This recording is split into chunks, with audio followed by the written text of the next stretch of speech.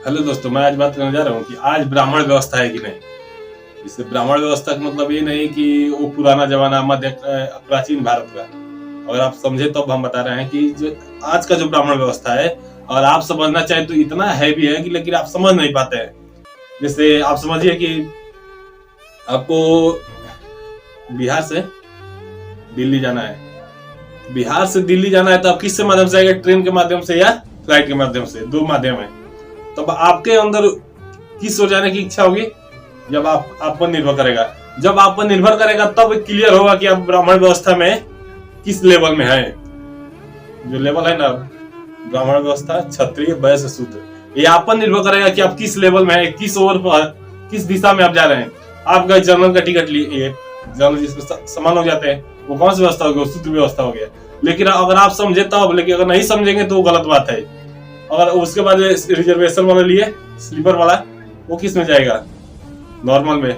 उसके ऊपर जाएंगे एसी में कैटेगरी है, एसी में भी कैटेगरी। आप उसमें अगर देखे तब 3-4 कैटेगरी है, वही सब ब्राह्मण व्यवस्था है। लेकिन आप समझे तब, जिसके पास पैसा है वो इसमें ब्राह्मण हुआ है।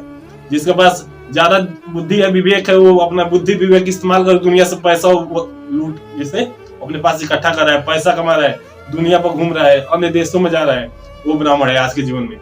लेकिन अगर आप समझना चाहे तब देखते हैं ना कि अगर आप फ्लाइट से भी जाते हैं, फ्लाइट में कैटेगरी है, 3-4 कैटेगरी है। उसमें देखते हैं कि एक लोग जाते हैं, उनका रूम होता है, रूम टाइप का होता है, उसमें सो के जाते हैं।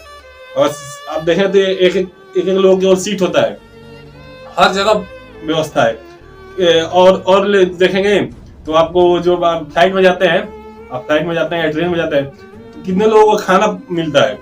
कितने लोगों को खाना मिलता है? हर 10 मिनट बाद कुछ ना कुछ उनको मिलता रहेगा।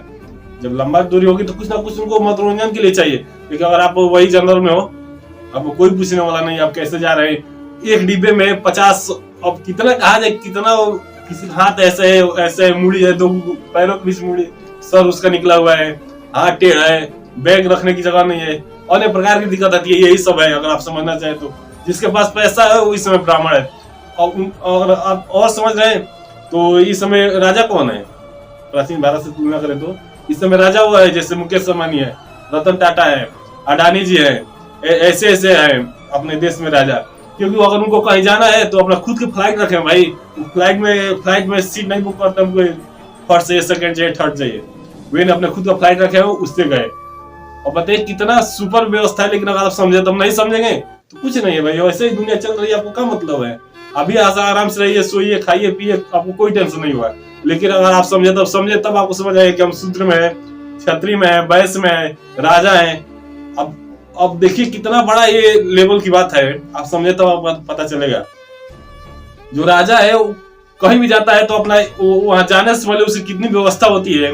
और अगर कोई स्टेशन पे है, वहां देखिए कितने फोर्स लगे हुए हैं, कितने अधिकारी लगे हुए होते हैं उनके स्वागत में, मंत्री भी लगे रहते हैं। इस समय अगर समझे तो देश कौन चला रहा है? पूंजीपति ही चला रहे हैं।